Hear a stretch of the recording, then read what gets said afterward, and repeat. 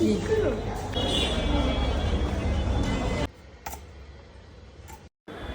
আসসালামু আলাইকুম এভরিওয়ান, কেমন আছেন সবাই? আশা করি সবাই অনেক ভালো আছেন। আমি ফারহিন চলে আসলাম আমার পেজ জীবন সুন্দর থেকে।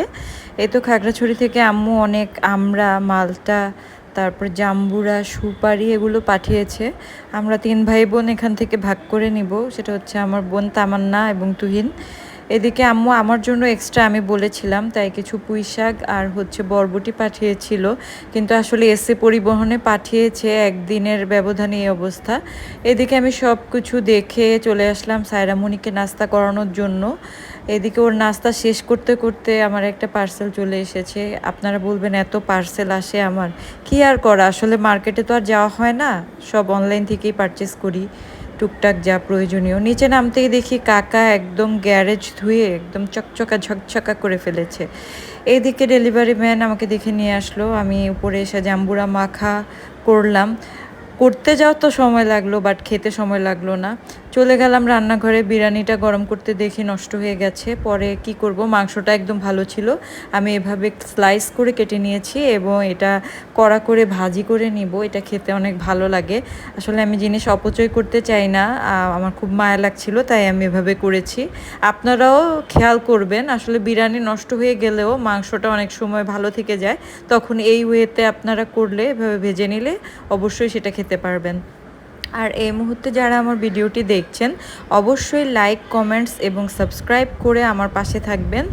আর হচ্ছে আমার কোন ধরনের ভিডিও আপনাদের ভালো লাগে, রান্নার ভিডিও নাকি ডেইলি ব্লগ নাকি কোনো প্লে টাইপের, এগুলো আপনারা আমাকে জানাবেন, তাহলে আমি চেষ্টা করব ওই রিলেটেড ভিডিও দিতে। এদিকে আমি পুঁই শাক থেকে অল্প একটু তুলে নিয়েছি, জাস্ট ভাজি করব। আমি মূলত পুঁই শাকটা কালকে রান্না করব চিংড়ি মাছ দিয়ে, আপনাদের সাথে শেয়ার করব।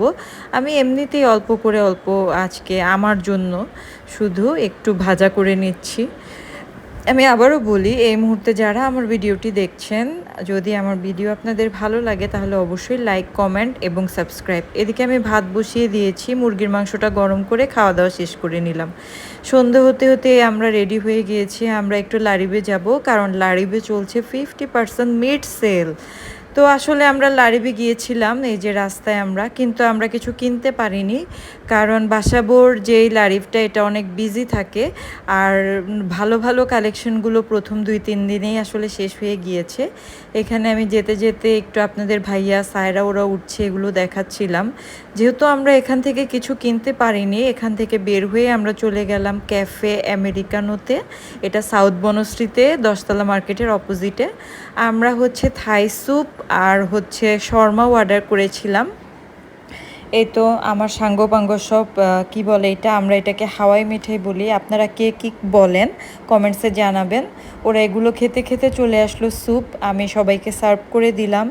আর এই তো সবাই খাচ্ছে, এরপরে সবাই শর্মা খাবো। আর এই মুহূর্তে যারা আমার ভিডিওটি দেখছেন অবশ্যই লাইক, কমেন্টস করে পাশে থাকবেন। আজকের জন্য এতটুকুই, বাই, আল্লাহ।